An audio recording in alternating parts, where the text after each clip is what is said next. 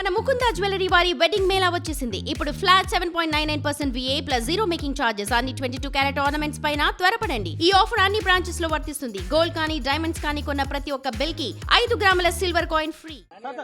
ఏం జరిగింది? ఎలాంటి వాదనలు జరిగాయి? సురేంద్ర ఏంటి నువ్వు? ఏం లేదు సార్, జడ్జి గారు పీపీ గారు ఉన్న వాదనలు తీసుకొని రిమాండ్ చేశారు. 14 రోజులు రిమాండ్ చేశారు. తదుపరి విచారణ జరుగుతుంది. దాన్ని బట్టి వాళ్ళు ఏం చేయాలో మేము తర్వాత నిర్ణయం తీసుకుంటాం. ఏ అంశాలు కోర్టు పరిగణలోకి తీసుకుంది? సిట్టు ఎలాంటి ఆధారాలు సమర్పించింది సార్? అది వాళ్ళు ఒక 17 మంది సాక్షులు విచారించారు సార్. దాన్ని బేస్ చేసుకుని ఒక రిమాండ్ రిపోర్ట్ తయారు చేసుకొచ్చి కోర్టులో ప్రొడ్యూస్ చేశారు. మేము దాన్ని పరిశీలించి దాని ఏంటనేది మేము చూస్తున్నాం సార్. రిమాండ్ రిపోర్ట్ లో లాకప్ డెత్ జరిగింది, కస్టోడియల్ టార్చర్ జరిగిందనే అంశాన్ని ప్రస్తావించినట్టు తెలుస్తుంది. అంశాన్ని కోర్టు ముందు చెప్పారా? అవన్నీ ఇప్పుడు ఏం డిస్కస్ చేయలేదండి. రిమాండ్ రిపోర్ట్ టైంలో ఓన్లీ రిమాండ్ చేయాలా వద్దనే దాని మీద కానీ మిగతా అంశాల మీద ఏమి ఆర్గ్యుమెంట్ జరగలేదు. అది నాగరాజ్ గారు జడ్జి ముందు తాను ఏ తప్పు చేయలేదని చెప్పినట్టు తెలుస్తుంది. ఏం చెప్పారు సార్? ఆయన చేయలేదు కాబట్టి చేయలేదని చెప్తారు. తెలియదు సార్, మాకు ఇంకా ఎన్ని పరిశీలించాలి సార్. పరిశీలించినా చెప్తాం మేము.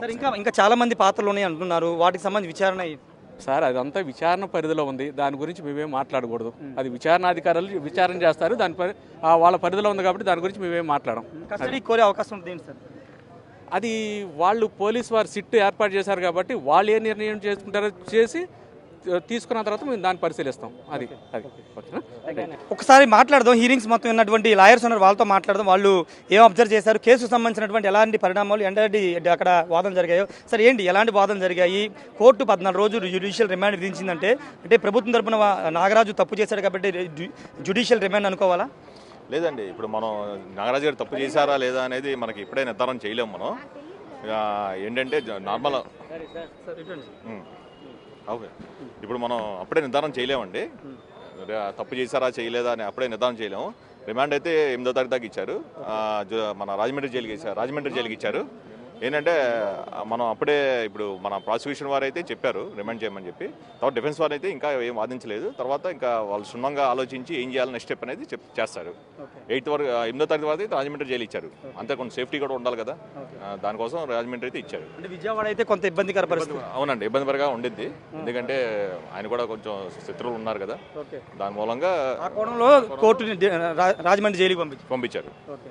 Lawyer senior advocate Salim sir, ఏంటి మీరు కూడా ఏమైనా కేసులో ఇంప్లీడ్ అవుతున్నారా? లేదు, ఈ రోజు నేను ఫ్యాక్ట్ రివీల్ చేస్తున్నాను. 21 మే 12:30 కృష్ణ సాయి మదర్ ఉంది కదా, సాయి కృష్ణ మదర్ నా దగ్గర వచ్చింది. వాళ్ళ పిన్ని ఉంది కదా దుర్గా, కనకదుర్గాతో వచ్చారు. వాళ్ళతో నాతో మాట్లాడారు. నేను నెక్స్ట్ డే అన్నాను, మీరు ఆధార్ కార్డు అది పట్టుకోరండి అమ్మా, నేను వకాలత్ ఫైల్ చేస్తాను, ఈ కేసులో సర్చ్ వారెంట్ ఇస్తానని. ఆ రోజు నుంచి రాలేదు ఆయన. మరి సెకండ్ డే నేను చూసిన తర్వాత ఫోన్ చేశాను వాళ్ళకి. ఫోన్ చేస్తే కూడా నాకు రెస్పాండ్ అయ్యలేదు. కానీ ఈ రోజు నేను కనకదుర్గ అడ్వకేట్ వాళ్ళతో మాట్లాడాను. 302 CRPC కింద నేను ఈ కేసులో ఇంప్లీడ్ అవుతున్నాను. ఈ విక్టిమ్కి నేను న్యాయం చేస్తున్నాను. అక్యూజ్ ఎవరు సిఐ నాగరాజు ఉన్నాడు కదా, అతనికి శిక్ష పడేలాగా నేను చూస్తాను ఈ కేసులో. ఇదేనా ఈరోజు? కానీ నాగరాజు జడ్జి ముందు చాలా క్లియర్గా చెప్తున్నారు, తాను ఏ తప్పు చేయలేదు, కావాలని ఇబ్బంది పెడుతున్నారు ఒక మాట. సార్ ప్రతి ముద్దాయి అలానే అంటాడు. ఆయన చెప్పిన మాటకి ఫ్యాక్ట్స్ రిలేబుల్ ఉండాలి కదా. ఆయన రిలేబుల్ తీసుకొస్తే కోర్టు మే బి డిసైడ్. కానీ ఇక్కడ ఆయన చేసింది పెద్ద తప్పు. వాళ్ళ mother number of time police స్టేషన్కి వెళ్తే కూడా ఆయన వాళ్ళ ముందలే ఆయన కొట్టి ఆయన చావు దెబ్బ కొట్టేసి ఆయన స్క్రీనింగ్ చేశాడు. కల్చర్ అది చాలా ఇది. ఇప్పుడు నేషనల్ ఇష్యూ అయింది. ఈ కేసులో ఏమాత్రం రాజీ పడము. ఒకవేళ సాయికృష్ణ ఫ్యామిలీ రాజీ పడితే కూడా the offence against the society. నేను మాత్రము రాజీ పడను, మీకు ఓపెన్గా చెప్తున్నాను. ఈ కేసులో ఎంటైర్ కేసు చూసిన తర్వాత సిట్ చేసినట్టు విచారణ కానీ లేకపోతే ఇతర అధికారులు చేసిన విచారణ ఇవన్నీ చూస్తే మీ అబ్జర్వేషన్ ఏంటి sir? Sir all observation come true after the fact of the case is come in my hand. తెలుసా, ఈ రోజే కదా పుట్టింది ఈ కేసు. ఈ రోజు రిమైండ్ రిపోర్ట్ నాకు వచ్చింది. ఈ సిట్ ఏదైనా డివిషన్ చేశారు, ఏదైనా ఇది చేశారనుకోండి, సపోర్ట్ చేశారంటే I will stand against the SIT, I will stand against the government, I will stand against the all procedure of law. ఎవరైనా వైలేషన్ చేస్తే దిస్ అఫెన్స్ అగేన్స్ట్ ద సొసైటీలో సలీం ఉంటాడు, సుబ్బారావు ఉంటాడు, అందరు ఉంటారు. సో ఈ కేసులో మాత్రం రాజీ పడను. This is the public issue. సమజే, ఈరోజు సాయి కృష్ణ అయ్యాడు, వేరే వాడు కూడా అవ్వచ్చు. డీకే బాసు గైడ్ లైన్ ఎవరు వైలేషన్ చేశారు ఈ సుప్రీంకోర్టులో కూడా ఇన్లైట్ చేస్తాను. నేను కావాలంటే పబ్లిక్ ఇంట్రెస్ట్ లిటిగేషన్ కూడా ఇస్తాను. సిట్ ప్రాపర్ వేలా పని చేయాలంటే నేను వాయా మీడియా ఇప్పుడు అందరికీ నేను చెప్తున్నాను, ఎక్కడైనా ఇది అయితే నేను ఇన్వాల్వ్ అవుతున్నాను. ఆల్రెడీ మీరు చూశారు కదా, కోడికత్తి కేసు, గుల్కారాయ్ కేసులో కూడా నేను ఎంత పకడ్బందీగా ఆ కేసులో ఇది చేశాను.